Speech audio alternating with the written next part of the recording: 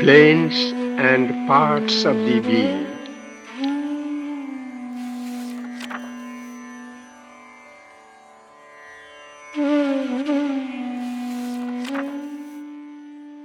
The Jivatman, spark soul, and psychic being are three different forms of the same reality, and they must not be mixed up together, as that confuses the clearness of the inner experience. The Jivatman or spirit, as it is usually called in English, is self-existent, above the manifested or instrumental being. It is superior to birth and death, always the same, the individual self or Atman. It is the eternal true being of the individual. The soul is a spark of the divine, which is not seated above the manifested being, but comes down to the manifestation to support its evolution in the material world. It is at first an undifferentiated power of the divine consciousness, containing all possibilities which have not yet taken form, but to which it is the function of evolution to give form. This spark is there in all living beings, from the lowest to the highest. The psychic being is formed by the soul in its evolution. It supports the mind, vital body, grows by their experiences, carries the nature from life to life. It is the psychic or Chaitya Purusha.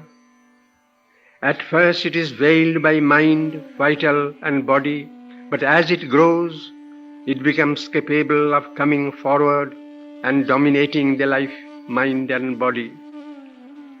In the ordinary man, it depends on them for expression and is not able to take them up and freely use them. The life of the being is animal or human and not divine.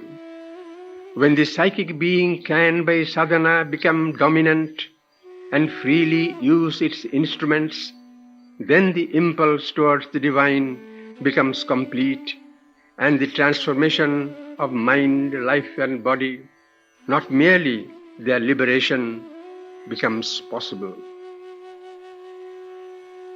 This self or Atman, being free and superior to birth and death, the experience of the Jivatman and its unity with the Supreme or Universal Self brings the sense of liberation.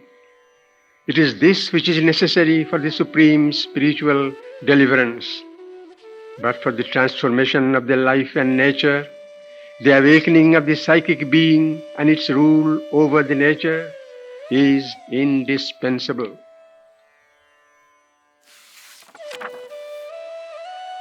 The psychic being realizes its oneness with the true being, the Jivatman, but it does not change into it.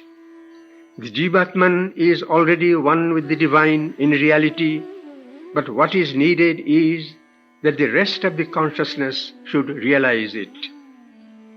The aspiration of the psychic being is for the opening of the whole lower nature, mind, vital body to the divine, for the love and union with the divine, for its presence and power within the heart, for the transformation of the mind, life and body by the descent of the higher consciousness into this instrumental being and nature. The contribution of the psychic being to the sadhana is, first, love and bhakti, a love not vital, demanding and egoistic, but unconditioned and without claims, self-existent.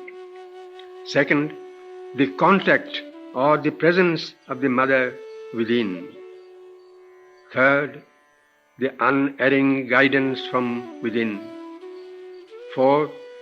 A quieting and purification of the mind, vital and physical consciousness by their subjection to the psychic influence and guidance.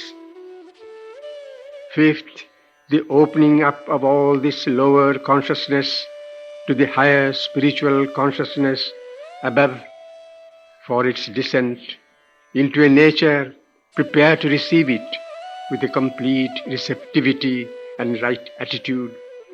For the psychic brings in everything: right thought, right perception, right feeling, right attitude.